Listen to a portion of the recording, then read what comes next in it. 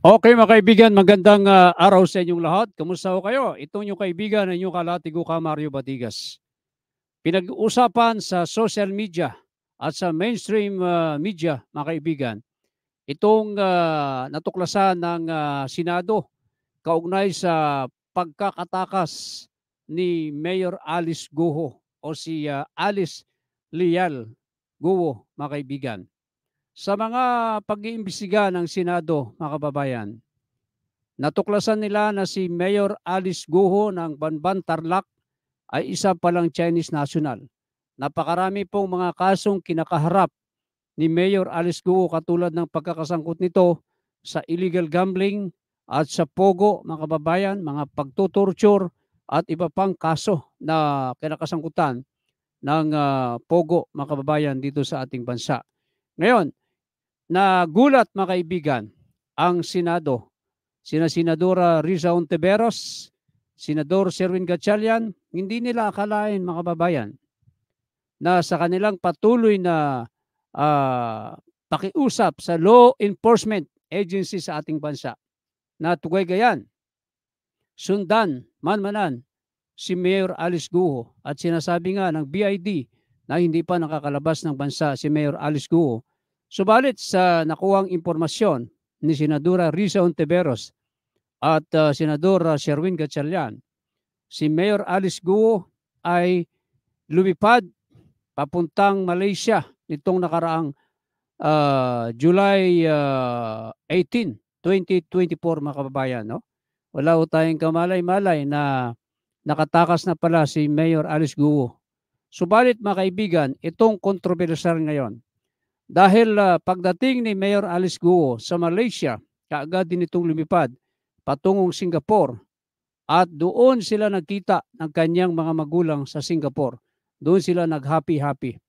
At noong July 28 ay lumipad sila kasama ang kanyang mga magulang patungong China at kasama si Cassandra Ong, mga kaibigan, at si Wesley Guho at ang kanyang tatay at nanay, mga kababayan. No? So ngayon, nagtataka itong ating mga senador sa kabila ng mga pakiusap ng Senado na bantayan itong si Alice Guo, ay nakalabas na pala. Subalit, ito magugulat tayo, kaya kontrobersyal ngayon. Nakakuha ng affidavit, no? Yung counter affidavit ni Mayor Alice Guo ang Senado, mga kababayan, na kung saan ito ay nakanotaryo sa law firm ni Attorney Elmer Galicia ng San Jose del Monte, Bulacan.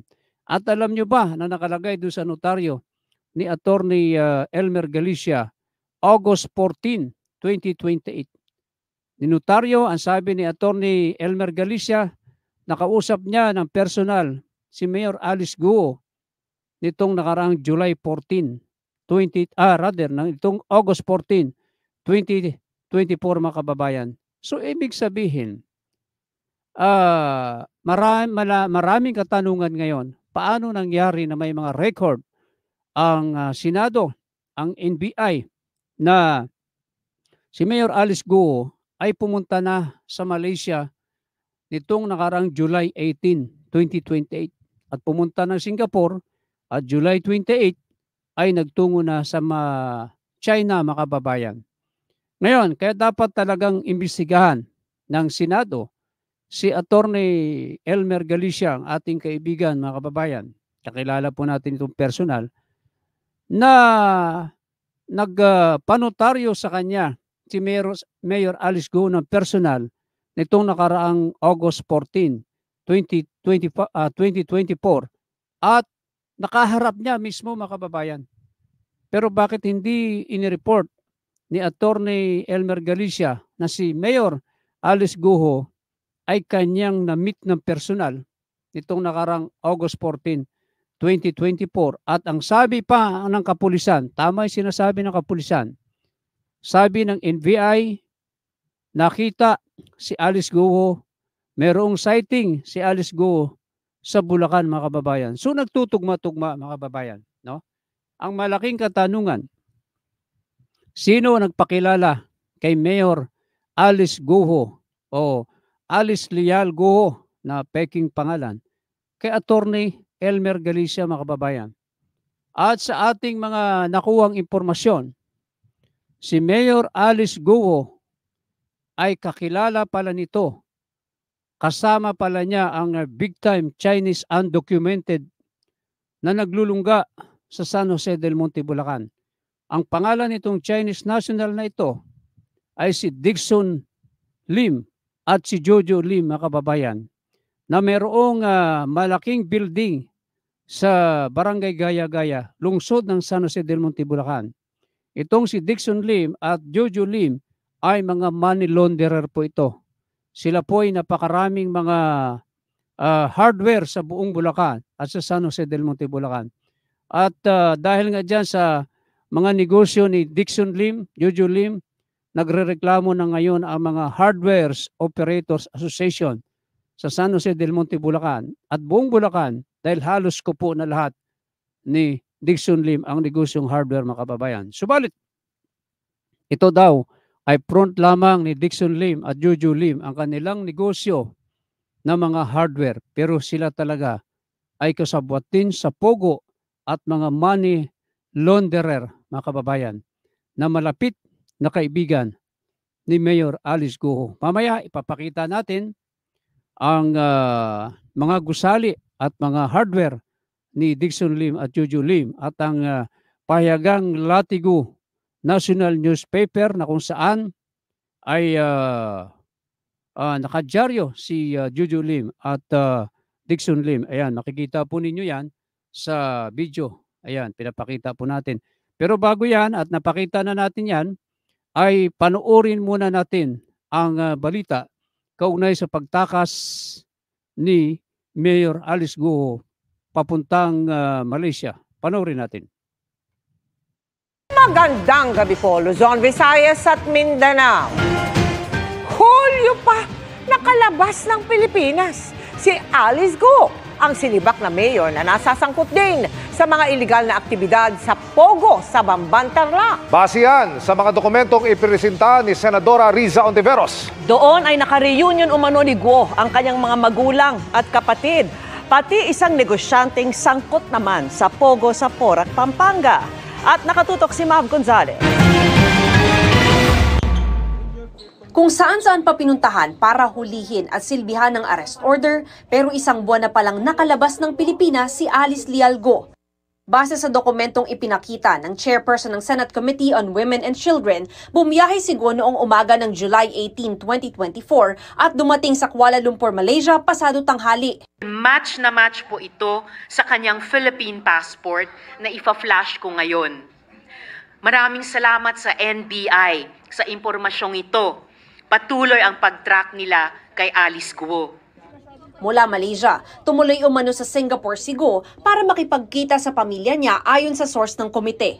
Nagtagpo-tagpo sila ng kanyang magulang na sina Lin Wenyi at Guo Jianzhong. The couple flew in from China on July 28, 2024. Mistulang reunion sila doon kasama sina Wesley Guo at Cassandra Ong. Si Cassandra Ong ay kinokonekta naman sa ni-raid na Lucky South 99 Pogo sa Porac, Pampanga. Giit ni Ontiveros, hindi makakalabas ng Pilipinas si Guo kung walang tumulong mula sa gobyerno, lalo't may lookout bulletin order laban sa kanya, kaya dapat itimbre ng immigration ang mga tangkanyang mag-abroad. Paano kung ang law enforcement mismo ang kailangan imbestigahan? What if they drop the ball? Paano kung sila ang dapat managot? Ayan, mga kababayan, nadinig naman ninyo ang balita ni Senadora Riza Ontiveros kaugnay sa kanyang speech dyan sa Senado, mga kababayan. Ngayon, ito naman, panoorin naman natin ang pahayag ni Senador Sherwin Gatchalian na kung saan ay nagtataka rin siya kung paano nakatakas si Mayor Alice Guo papuntang Malaysia at paanong nakapag-panotaryo pa ito sa law firm ni Attorney Elmer Galicia nitong nakaraang August 14, 2024. Isang malaking katanungan dahil sinasabi ni Attorney Galicia ay nakita niya mismong personal at nakausap niya si Mayor Alice Go. Panoorin natin ang balitang ito. Talaga pong pinaglalaroan ho tayo at iniinsulto ang ating institusyon dahil nung August 15, 2024, nag-file po si Go Huaping aka Alice Go ng motion to reopen and admit attached counter affidavit. Ito po yung patungkol sa kaso niya na i-file po ng DOJ sa human trafficking. At dito po sa counter affidavit, meron pong notary public na notarized po on August 14, 2024 by a certain attorney Elmer Galica na yung kanyang opisina ay nasa San Jose del Monte, Bulacan. At pinapunta ko ho yung staff ko to verify whether this law firm is indeed legit. May law firm naman po, may tao naman po sa law firm. Wala ho si attorney Galica doon, pero nakausap po ng staff ho natin sa telepono. At ang sabi ho ni attorney Galica na si Go Huaping ay pumunta sa kanya personally on August 14, 2024. So, talaga hong may pinagloloko ho tayo dahil parang lumalabas at bumabalik at despite na meron pong arrest warrant ay hindi ho ito pinapansin at imbes lumalabas at bumabalik po sa ating bansa. Kung totoo po na meron ho siyang personal appearance dito po kay Attorney Galica. So dapat ho maimbitahan rin po ito si Attorney Galica sa next hearing po ni Senator Riza Hontiveros para marinig po sa kanya mismo kung talaga bang merong personal appearance. Dahil sabi niya, base po sa interview ng ating staff, na meron pong personal appearance po sa kanya. Nakita nyo mga kababayan, nagtataka si Senador Sherwin Gatchalian na sa kabila na may mga warrant of arrest si Mayor Alice Go pero nakakalabas pa. At ang malaking katanungan ngayon ay patatawag si Atty. Galicia ng Senado kung totoo na nakaharap niya ng personal. At sa counter affidavit ni Mayor Alice Go, bakit kailangan ang opisina pa ni Atty. Elmer Galicia ang magnonotaryo ng kanyang counter affidavit, mga kababayan, kaugnay sa kanyang mga kaso, kabilang na dyan ang human trafficking. Ngayon, dito sa nakuha nating impormasyon, malawak daw ang koneksyon nitong si Mayor Alice Go sa mga matataas na opisyal ng gobyerno at sa mga big time na Chinese national na naglulungga sa San Jose del Monte, Bulacan. Kabilang dyan si Dixon Lim at Juju Lim na may malaking gusali sa barangay Gaya-Gaya, lungsod ng San Jose del Monte, Bulacan, na malapit lamang sa opisina ni Atty. Elmer Galicia, mga kababayan, no? Parang nagtutugma-tugma, no? Sinasabi ng kapulisan ng NBI may sighting sa Bulacan si Alice Go. So nagkatotoo nga, mga kababayan, pero bakit hindi pa ni-report ni Atty. Galicia sa otoridad na nakaharap niya na mismo si Mayor Alice Go? Ngayon, ipakita naman natin ang mga Chinese national na nahuli sa San Jose del Monte, Bulacan na mga undocumented, mga kababayan. At ito rin daw ay may kaugnayan kay Dixon Lim at Juju Lim ng San Jose del Monte, Bulacan na mga walang mga dokumento. Panoorin natin. Higit 70 Chinese na nagtatrabaho sa isang construction company kahit wala silang dokumento o naka-tourist visa lamang. Nasa frontline ng balitang yan si Faith Del Mundo. Sa pinagsanib puwersa ng National Bureau of Investigation Bulacan at Bureau of Immigration, sinalakay ang engineering construction company na ito na Sanshi Hydraulic Engineering sa Barangay Santo Cristo sa San Jose del Monte, Bulacan. Nagsusupply sila ng water pipe sa ilang water concessionaire. Dito nahuli ang 79 na empleyadong mga Chinese.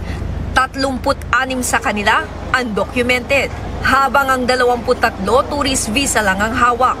Kabilang din sa mga nadakip ang 6 na opisyal ng kumpanya na pawang mga Chinese. Dinala sila sa tanggapan ng NBI sa Quezon City kanina.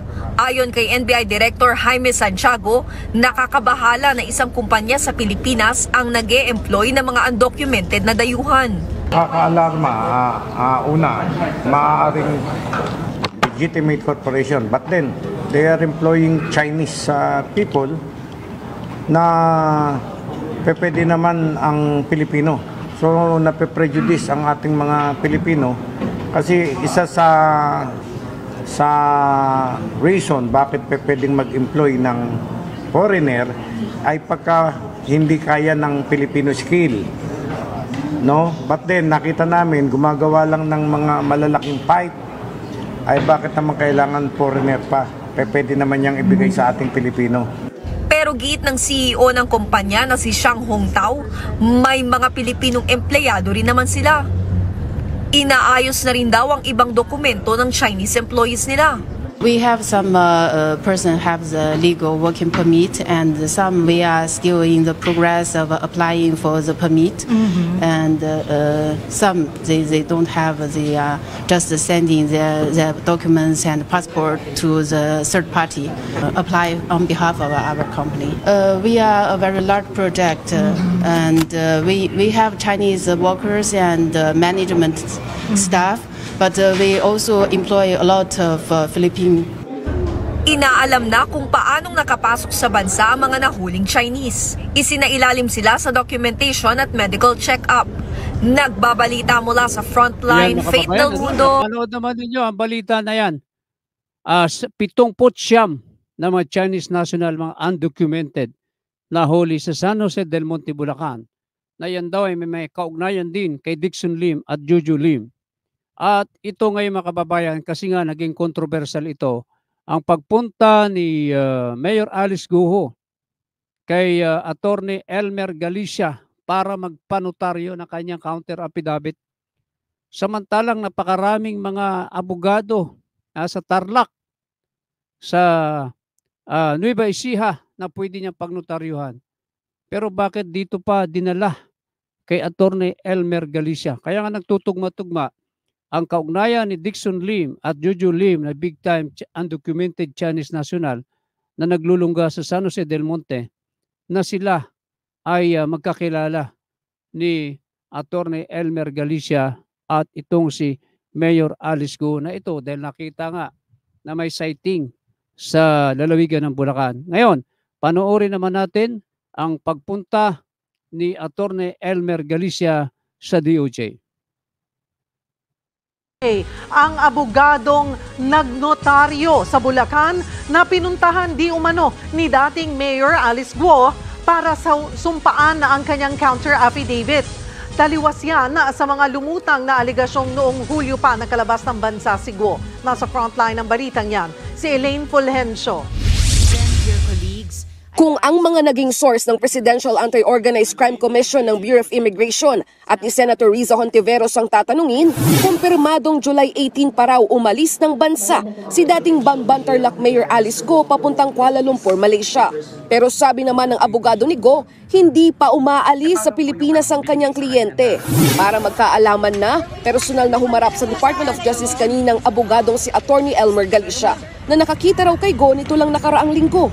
Ayon kay Attorney Galicia, sa law firm niya sa San Jose del Monte, Bulacan pumunta ang dating alkalde noong Miyerkules, August 14 para manumpa at magpanotaryo ng kanyang counter affidavit.